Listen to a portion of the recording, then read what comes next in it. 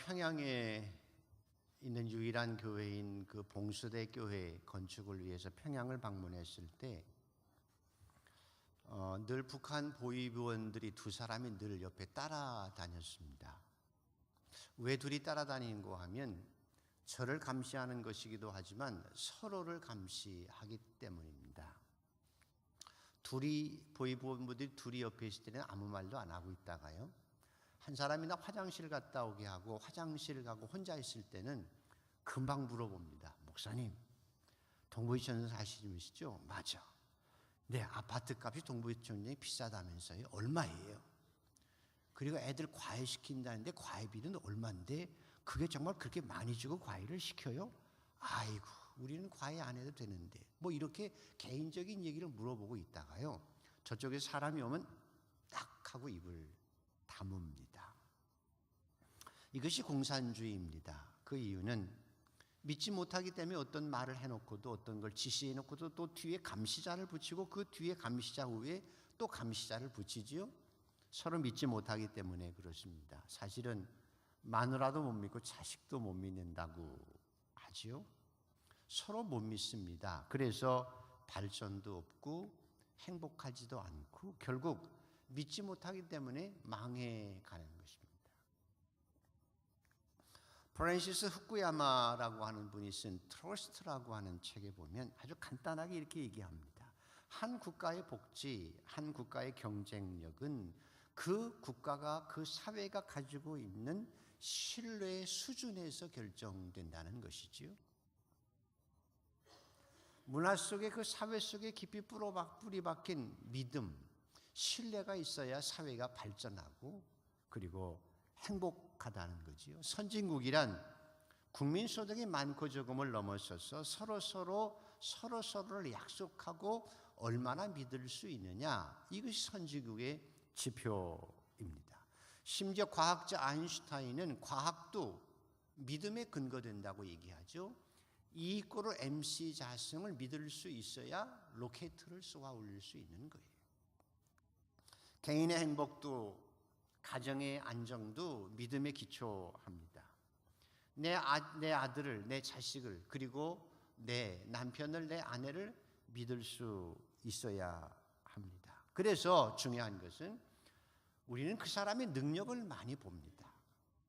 그 사람의 능력이 어떠하냐를 많이 보아서 그 사람을 평가하지만 정말 중요한 것은 그 사람 능력을 넘어서서 그 사람을 얼마나 믿을 수 있느냐가 더 중요합니다.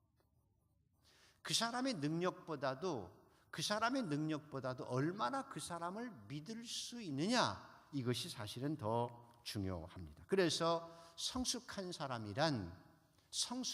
사람이란, 인간다운 사람이란 그 사람을 믿을 수 있는 사람. 신앙이라는 것도요, 성경에 보면 믿음이 없이는 기쁘시게 못하나니, 하나님께 나아가는 자는 반드시 그가 계신 것과 또한 그를 찾는 자에게 상 주시니심을 믿어야 할지니라. 믿음이 없이는 하나님을 기쁘시게 못하나니, 믿는 자가 무엇이냐? 하나님께 나아가는 자는 반드시 그가 계신 것과 그를 찾는 자에게 상 주시니심을 믿어야 할지니라. 신앙도 믿음이죠. 오늘 여러분 종교개혁주의라고 합니다. 종교개혁주의. 마틴 루터가 종교개혁을 해서 개신교가 탄생한 종교개혁주의입니다. 그래서 마틴 루터가 처음부터 끝까지 강조하는 단어 하나가 뭔가 하면 솔라 피데스, 오직 믿음이라고 하는 것입니다. 그래서 저와 여러분이 신앙생활하면서 솔라 피데스, 믿음, 사회도 개인도 가정도 교회도 믿음. 그러나 어떠한 믿음이 아니라 정말 하나님께서 기뻐하시는 믿음, 성경이 보여주는 믿음, 그것을 우리가 간직하면 행복하고 능력이 있고 오늘 본문처럼 중풍병자가 일어나는 기적이 오늘 믿음을 통해서 일어납니다. 오늘 저와 여러분은 그래서 하나님께서 기뻐하시는 믿음, 야, 내 주먹을 믿어라. 그건 믿는 게 아니. 정말 하나님께서 기뻐하시는 믿음, 기적을 나타낼 수 있는 믿음, 우리를 행복하게 하는 믿음, 우리를 구원하게 하는 믿음, 그 믿음을 오늘 몇 가지를 우리에게 보여주고 있습니다. 오늘 저와 여러분이 종교교육주를 통해서 오직 믿음, 솔라 피데스, 어떤 믿음을 가져야 될 것이냐.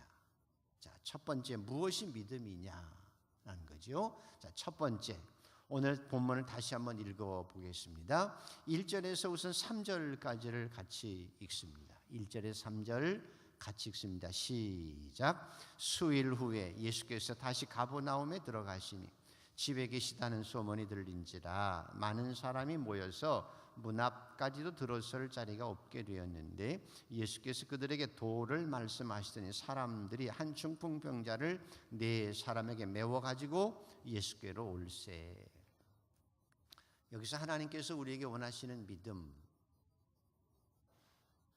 첫 번째가 뭔가 하면 중풍병자의 환자지요. 힘들게 살아가요. 이 중풍병자를 예수님께 데리고 오는 것이 믿음입니다. 이걸 믿음이라고 하는 거예요. 믿음은 아주 단순해요. 예수님께 오는 게 믿음이에요. 예수님께 문제 있는 사람들을 데리고 오는 게 믿음이에요. 왜? 내 모든 시험 무거운 짐을 주 예수 앞에 아뢰이면 무거운 짐을 나 홀로 지고 견디다 못해 쓰러질 때 불쌍히 여겨 구원해 주리. 구원해 주리. 오직 예수인 줄 알고 모든 문제를 해결해 줄 분이 예수님인 줄 알고 어려움이 있을 때 예수님께 나아오는 게 믿음이에요. 하나님께 나아가는 자는 반드시 가 계신 것과 그를 찾는 자에게 상 주시님을 믿어야 할지니라. 그래서 인생의 무거운 짐을 저와 여러분이 그 짐을 져주실 주님 앞에, 해결해 줄 주님 앞에 나아오는 것이 믿음이에요. 교회를 왜 나오느냐? 오늘 여러분 교회 나오시는 교회를 왜 나오는 거지요? 교회를 나오는 것이란 하나님께 나오는 거예요. 문제를 가지고 하나님께 나아가는 거예요. 내 죄악의 문제, 내 가정의 문제, 내 영혼의 문제, 내 앞날의 문제, 그거 문제를 가지고 하나님 앞에 나오는 거예요. 인생의 무거운 짐을 가지고 하나님 앞에 나아오는 거예요. 그리고 와서 하나님 앞에 내 인생의 무거운 모든 짐, 수고하고 무거운 짐진 자들아 다 내게로 오라. 내가 너희를 편히 쉬게 하리라 말씀하신 것처럼 문제를 가지고 무거운 짐을 가지고 주님 앞에 나아오는 거예요. 하나님을 만나러 오는 거예요. 예배를 통해서, 기도를 통해서, 말씀을 통해서 하나님을 만나러 오는 거예요. 그래서 하나님을 만나면 하나님은 사랑의 용광로와 같아요. 저와 여러분이 쓸모없는 돌멩일지라도 용광로 속에, 하나님의 사랑의 용광로 속에 넣어서 녹슬고 쓸모없는 고물 같은 우리들을 새롭게 다 정제해서 쓸모있는 것으로 만들어 주시기 때문에 자식을 키워보면, 그래서 무자식의 상팔자라고 그래요. 그게 맞는 것도 같아요. 무자식의 상팔자이기도 해요. 왜냐하면 자식, 이게 평생 애프터 서비스예요. 다음 주에 수능이지만 수능 잘 봐서 대학 들어가면 다 될 줄 알고 그저 온 힘과 목숨을 다해서 학원 보내고 막 공부해라 닥달해서 대학 들어가면 다 될 것 같은데 아니잖아요. 대학 졸업하면 또 취직 걱정해야지요. 취직해놓으면 또 장가 보내고 시집 보낼 생각해야지요. 그러면 끝나나요? 끝나고 나면 또 애 낳으면 애 봐야 되지요. 끝이 없어요. 평생 애프터 서비스지요. 근데 중요한 건 부모가 그 자식을 마지막까지 계속 짐을 져주고 자식을 감싸 안고 또 품어주고 뻔듯하게 서기까지 끝까지 봉사하는 게 부모인 것처럼 하나님께서 저와 여러분의 짐을 다 져주시는 거예요. 우리 부모는 비록 연약해서 자식의 청을 다 돌봐주거나 들어줄 수 없어도 전능하신 하나님은 우리의 모든 것을 다 져주시고 해결해 주시기 때문에 전능하신 하나님 앞에 모든 것을 다 가지고 나아가는 것, 이것이 믿음이에요. 나뿐만 아니라 도움이 필요한 사람을 데리고 하나님 앞에 나아가는 것, 이게 믿음이고요. 그래서 믿음이 없이는 하나님을 기쁘시게 못하나니 하나님께 나아가는 자는 반드시 그가 계신 것과 그를 찾는 자에게 상 주시니심을 믿어야 할지니라. 그래서 그걸 믿는 믿음으로 교회로 하나님 앞에 나아가는 것, 이게 믿음이라는 거예요. 믿음. 두 번째, 자 4절을 한번 봅니다. 4절. 하나님께서 말씀하시는 믿음 두 번째 4절 읽습니다. 시작. 무리들 때문에 예수께 데려갈 수 없으므로 그 계신 곳에 지붕을 뜯어 구멍을 내고 중풍병자의 누운 상을 달아내리니 그랬습니다. 근데 우리가 주님 앞에 나아갈 때 또 인생을 살다 보면 주님 앞에 나아가도요, 장벽이 때로 많아요. 장애물이 많다니까요. 내가 주님 앞에 늘 나가서 예배드리고 기도해도 절망적인 상황이 닥칠 때가 있어요. 오늘 사람들이 너무 많아서 예수님께 가까이 갈 수가 없는 거예요. 어려운 일이 당하게 돼가지고 장벽이 있게 된 거지요. 내가 잘못해서가 아니라 그저 억울한 일을 당할 때가 있지요. 다니엘처럼 모함받아서 사자굴에 들어갈 때도 있고, 욥처럼 아무 잘못도 하지 않고 억울한 일을 당해서 풍지박산 날 때도 있어요. 모세처럼 하나님 앞에 매달려서 백성들 출애굽했더니 앞에 홍해가 가로막혔다고 해서 원망하고 불평해서 야, 저것들 내리고 내가 어떻게 하나라고 하는 절망감이 생기기도 해요. 도간에 둔 쥐처럼 힘들 때도 있는 거예요. 그러나 모세가 한 방법은 뭐죠? 다니엘이 한 방법은 뭐예요? 욥이 한 방법은 그래도 keep going, 하나님을 의지하는 거예요. 그래도 하나님을 의지하는 거예요. 내가 저 사자굴 속에 들어가도 나는 하나님을 믿는 기도를 계속하는 거예요. 모세처럼 백성들이 원망하고 뒤에서 바로의 군대가 쫓아와도 나는 하나님을 바라보고 계속 하나님을 의지하는 거예요. 절대로 포기하지 않는 거예요. 사람들이 많아서 내 친구를 예수님 앞에 데리고 갈 수 없으니까 절망하지 않고 뒤돌아가자 하지 아니하고 지붕을 뜯어서 예수님 앞에 내 친구를 내려놓는 거예요. 이것이 믿음이에요.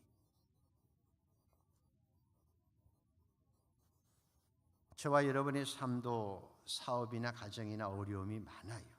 그럴 때 예수 잘 믿는 믿음이란 절망하지 않고 포기하지 않고 전능하신 하나님 앞에 앞을 향해서 걸어가는 것이, 그러면 하나님께서 욥에게처럼 갑절로 복도 주시고 사자굴에서 살아나게도 하시고 모세처럼 홍해를 육지까지 건너게도 하셔서, 그래서 예수 믿는 사람 별명이 오뚜기예요.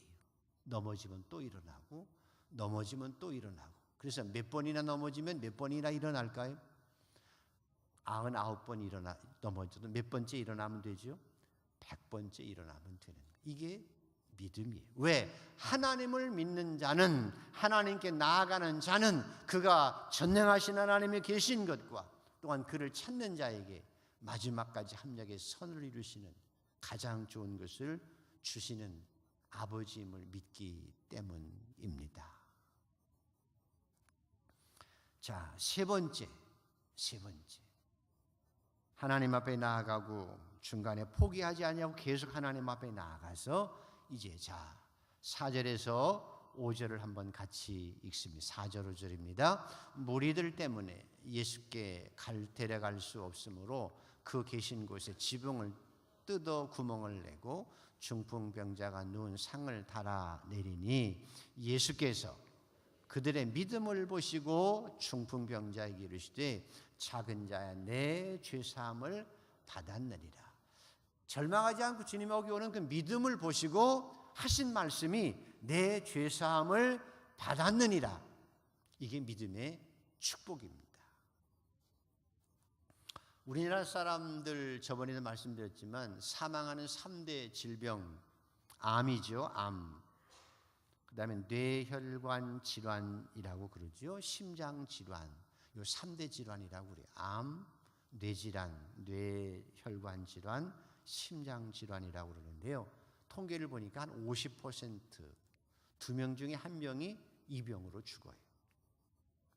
근데 암 중에서도 폐암과 위암이 우리나라 사람들한테 굉장히 많아지고 있다고 그러죠.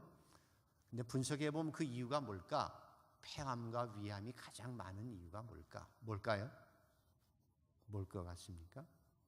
그놈의 술과 담배 때문에 그렇대요. 담배, 술. 그러니까 죽자고 먹는 술, 죽자고 먹는 담배 때문에 우리나라 사람들이 폐암과 위암이 많아지는데요.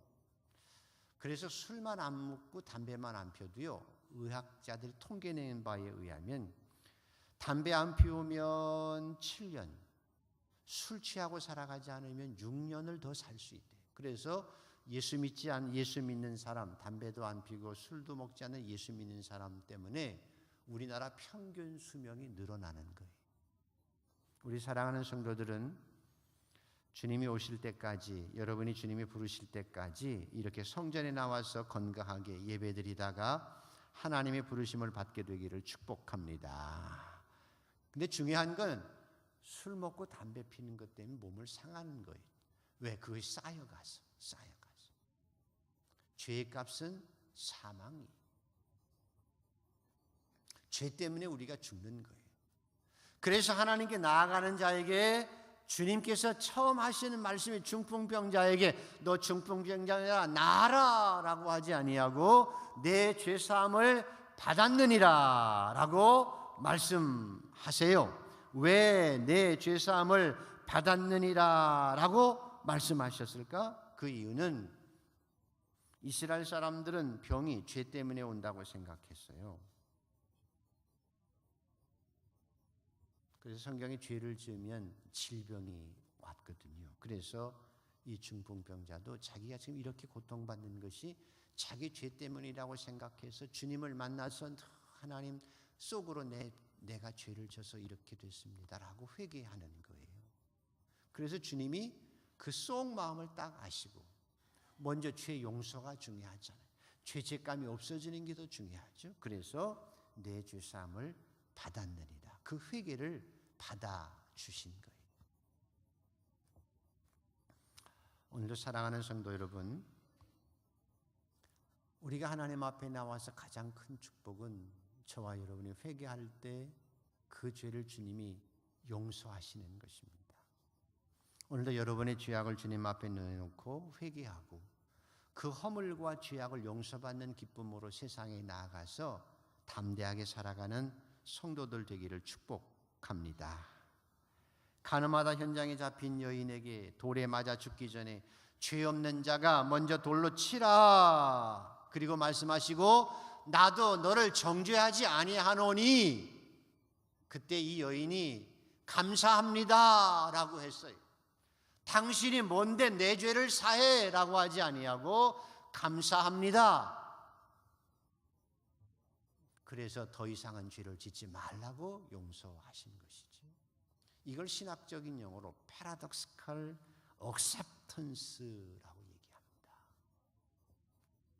유명한 신학자 폴 틸린 그래서 믿음이란 하나님 앞에 내가 용서된다는 것을 내가 용납하는 거라고 그랬어요. 하나님께 내가 용서된다는 것을 내가 용납하는 것이다. 이것이 믿음이다. 내가 용서받았다는 것을 내가 accept, 용납하는 것이 믿음이라고 그랬어요. 근데 건방진 사람들, 교만한 사람들은 하나님께서 내 죄를 고백하면 용서하시겠다고 했는데 당신이 어떻게 내 죄를 용서해? 그리고 늘 죄책감 속에서 자기 자신을 용서하지 못해요. 이것을 불신앙이라고 얘기합니다. 나는 내 의로 멋지게 살아갈 거라고 얘기하는 거예요. 자기 자신이 죄인임을 인정하고 죄를 고백할 때에 하나님께서 죄를 내가 용서하마 할 때 아멘, 토탈 억셉턴스, 내가 그것이 용서를 받아들이는 것이 믿음이에요.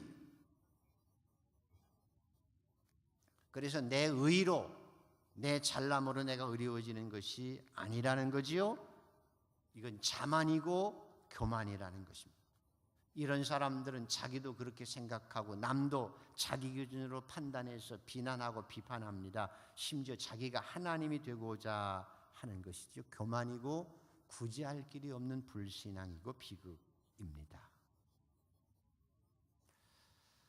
너희가 너희 죄를 가지고 나한테 나오면 목보다도 더 검은 무더운 모든 죄를 내가 희게 할 것이며 내가 너희 죄를 나중에 기억도 하지 않겠다고 약속하시는 그 주님의 용서, 그 용서를 내가 억셉 하는 게 믿음이에요.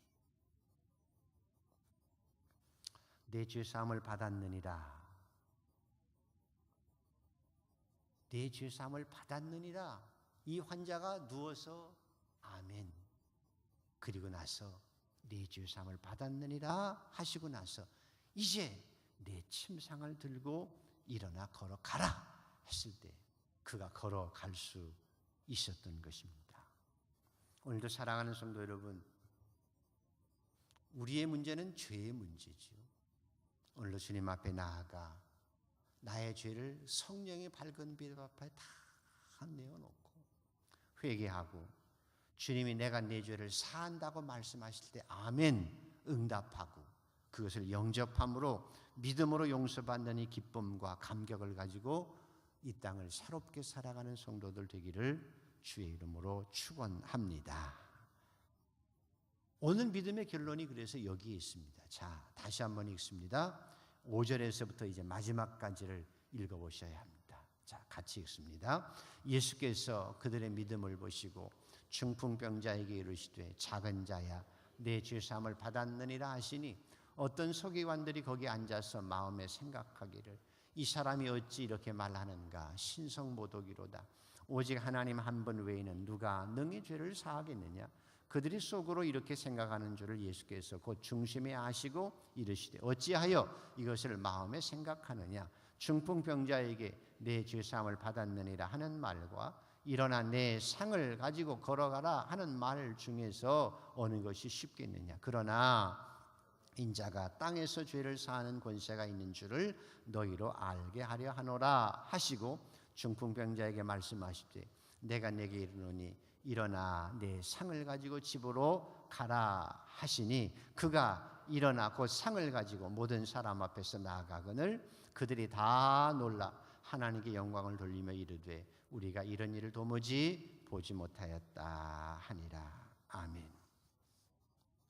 온전한 치유가 이루어지는 것입니다. 이것이 믿음의 축복입니다. 그래서 우리가 먼저 가장 중요하게 생각할 종교개혁주의에 가장 생각할 믿음의 가장 큰 본질을 다시 되새겨보면 이런 것입니다. 하나님 앞에 문제를 가지고 나아가는 거예요. 포기하지 않고 응답하실 때까지 나아가는 거예요. 제일 중요한 건 내 죄사함을 받았느니라는 말이 그것이 왜 가장 중요한 말씀일까? 내 죄사함을 받았느니라는 말씀이 왜 가장 중요한 말씀일까? 독일의 히틀러가 수많은 유대인 600만 명을 학살하고 그리고 세계 2차 대전을 일으켰지요. 이때 독일 사람들도 나치에게 항거했어요. 대표적인 신학자가 본 회포라고 하는 목사님과 독일 고백교회의 중심이었던 마르틴 리뮬러라고 하는 목사님이셨습니다. 히틀러가 전쟁을 일으키자 독재하자 막 항거해서 데모했어요. 그래서 히틀러를 한 거하고 히틀러를 암살하려고 했던 보네포 목사님은 나중에 붙잡혀서 사형을 당해요. 니물러 목사님은 살아서 계속 항거했습니다. 독재와 전쟁에 항거했습니다. 8년을 그렇게 하다가 전쟁이 끝난 후에 살아났던 이 니뮬러 목사님이 전쟁 책임 고백서를 발표해서 세상이 뒤집어졌습니다. 이 전쟁 고백서가 어떤 내용이었는가 하면 이거예요. 전쟁을 히틀러가 일으켜서 전쟁의 책임이 히틀러에게 있다고 모두 생각되지만 여러분 모두는 히틀러에게 모든 책임이 있다고 생각하지만 사실 그 전쟁의 책임자는 히틀러가 아니라 그래서 뒤집어진 거예요. 전쟁의 책임자가 히틀러가 아니라 나 자신인 니물러 목사라고 고백했기 때문에 그래요.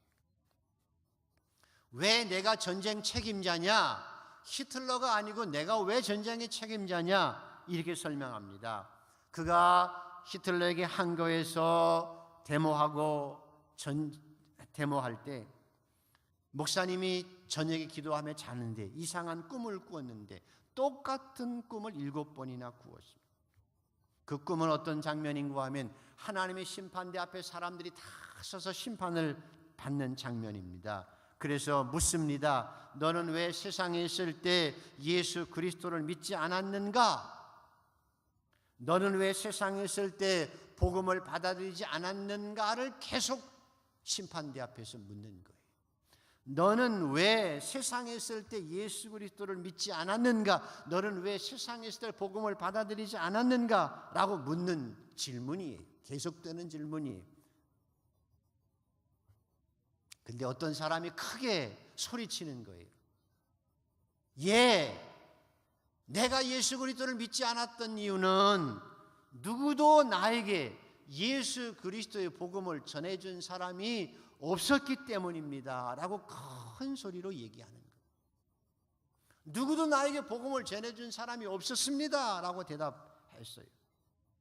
그런데 니뮬러 목사님이 뒤에서 가만히 들어보니까 그 목소리를 들어보니까 아는 사람이에요. 그래서 확인하기 위해서 옆에 가서 그 사람의 얼굴을 보았을 때 너무 깜짝 놀랐죠. 그가 누군가 하면 바로 히틀러였다는 거예요.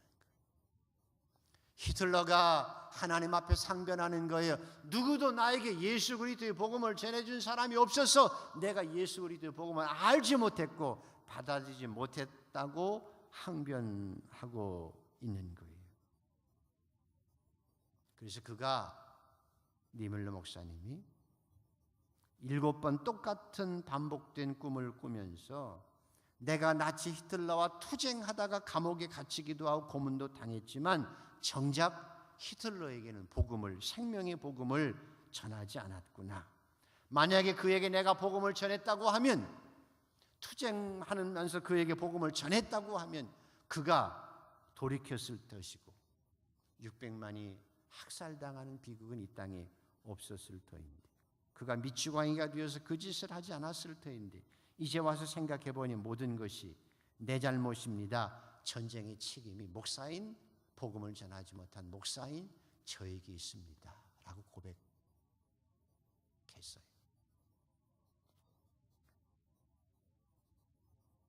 왜 하나님께서 이 니물러 목사님에게 똑같은 꿈을 7번이나 꾸게 했을까요?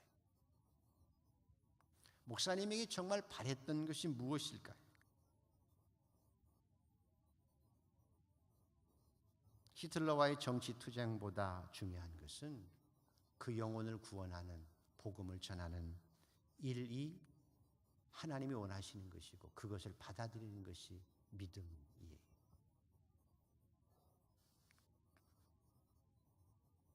평양에 갔을 때 제가 확인했습니다. 김일성 초등학교 때까지 교회 열심히 다녔어요. 중학교 때까지도 목사님과 함께 신앙생활을 했어요. 어머니가 강반석이지요.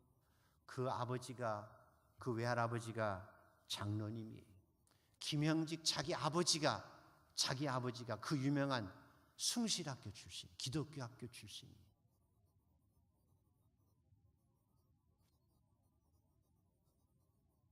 그런데 그가 중학교를 졸업할 무렵부터 공산주의를 알기 시작했고 공산주의를 이기지 못해서 결국 그 비참한 역사의 주인공이 되어져 버리고 말았다니까요.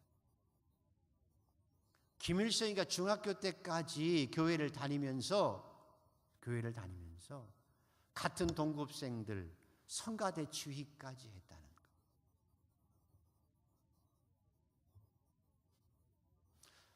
그런데 왜 교회를 다니지 않았냐고 자기가 스스로 말한 바에 의하면 교회 가니까 너무 엄격해서 숨을 쉴 수가 없었고 어린아이들에게 맞지 않는 설교하는 조사들 때문에 도대체 흥미를 잃어버렸다는 것. 그리고 공산주의에 빠져가게 된 거예요.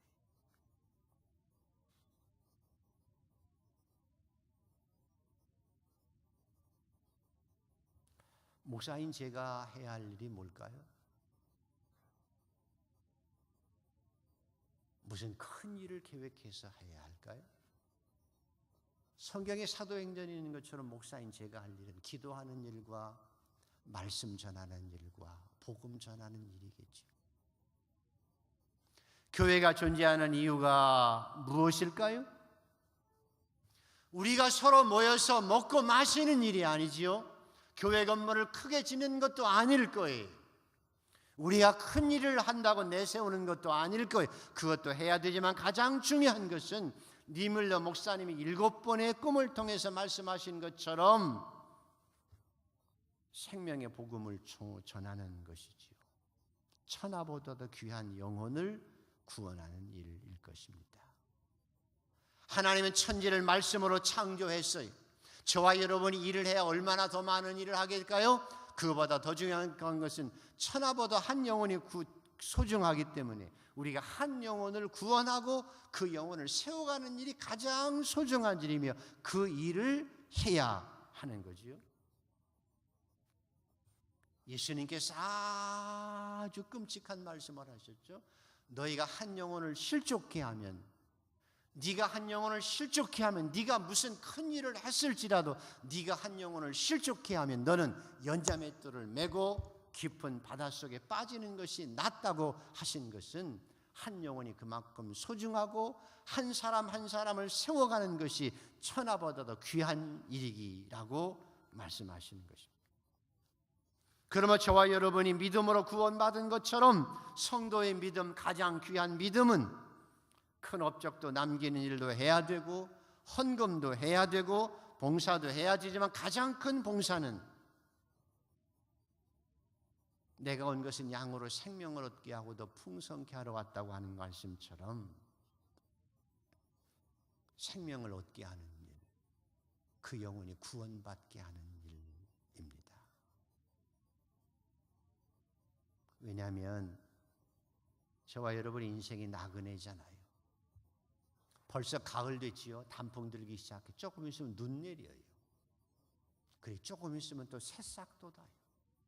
조금 있으면 아유 더워 할 때 몇 번 지나가면 아니 그 전에 하나님의 부르심을 받고 우리가 죽으면 하나님의 심판대 앞에 서게 될 때에 히틀러처럼 누구도 나에게 복음을 전해준 사람이 없어서 라고 변명하는 사람이 내 형제라면, 내 부모라면, 내 자식이라면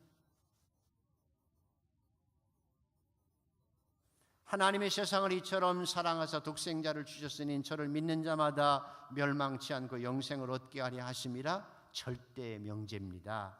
예수님의 목적은 영혼을 구원하는 일입니다. 이 짧은 세상으로 끝나는 것이 아니기에 영원한 생명의 나라, 영원한 세상이 있기 때문에 영혼을 구원하는 일입니다. 영원한 생명을 얻게 하는 일입니다. 오늘 종교개혁 주일에 오직 솔라 피데스, 오직 믿음, 무엇을 위한 믿음일까요? 내게 능력 주신 자에서 모든 걸 할 수 있다? 그것도 믿음이나 가장 중요한 믿음은 내가 예수 그리스도의 보혈로 구원받은 믿음. 나처럼 다른 사람들도 예수 그리스도를 인해서 영원한 생명을 얻게 하는, 구원 얻게 하는 믿음입니다. 말씀을 마칩니다. 오늘 사건을 한번 보십시오. 어려운 일 때문에 예수님께 나아왔습니다. 포기하지 않고 주님 앞에 갔습니다. 이것이 믿음이죠. 그러나 진정한 믿음은 예수님 앞에 딱 섰을 때 내 죄사함을 받았느니라고 하는 음성을 듣고 아멘으로 받아들이는 믿음입니다. 그리고 그 영혼이 구원받고 하나님의 자녀로서 이 땅을 살아가는 일입니다. 저와 여러분이 솔라 피데스, 믿음을 강조할 때 어떤 믿음이 중요할까요? 이 친구들처럼 저희의 믿음을 보시고 이 친구들처럼 한 영혼을 구원하는 일이라면 지붕이라도 뜯어야지. 한 영혼을 구원하기 위해서라면 지붕이라도 뜯어야 하는 거예요. 내 부모의 영혼을 위해 구원하는 일이라면 목숨이라도 바쳐야 한다는 거죠. 내 친구를 구원하기 위해서라면 내가 조롱을 받아도 복음을 전해야 된다는 거죠. 왜? 내가 구원받은 것처럼, 천국의 주인공이 된 것처럼, 그리고 내가 목회자로서, 우리 성도로서, 먼저 믿은 자로서 구원하는 백성 실족하지 않도록 한 영혼을 세우기 위해서라면, 한 영혼을 예수 믿는 사람답게 하나님의 제자로 키우기 위해서라면 내 생명을 걸 수 있어야 그것이 진정한 믿음이라는 것이죠. 우리 자신을 위한 이익을 위한 신앙이 아니라 나 자신의 만족과 나 자신을 드러내기 위한 신앙이 아니라 나를 십자가에서 구원하기 위해 십자가에 죽으신 그 예수 그리스도, 나를 위해서 십자가에 죽은 예수 그리스도의 그 사랑을 가지고 나를 구원하신 주님의 마음으로 한 영혼을 구원하기 위해서 주님 앞에 사람을 데리고 나가고 그 사람을 예수님 앞에 서게 하기 위해서 지붕이라도 뜯고 그래서 그를 구원하는 이 네 사람의 모습처럼 그런 믿음으로 이 땅을 살아서 나중에 주님 앞에 섰을 때에 잘했다 칭찬받는 성도의 삶을 살아가는 성도들 되기를 주의 이름으로 축복합니다. 기도하십시다. 하나님 감사합니다. 참으로 짧은 나그네 인생을 살면서 하나님을 아버지라 부를 수 있게 하시며 그래도 내 욕심 따라 살아가지만 영혼을 사랑하는 마음으로 복음을 전하며 하나님의 소중한 백성을 세워가기 위해서 지붕이라도 뜯는 마음을 가지고 이 땅을 살아갈 수 있도록 믿음을 허락하신 하나님 영광 받아 주시옵소서. 이 믿음 가지고 주님 앞에 나아가고 주님이 원하시는 믿음 가지고 주님을 기쁘시게 할 수 있는 성도가 더욱 되게 하여 주시옵소서. 예수님의 이름으로 감사하며 기도드리옵나이다. 아멘.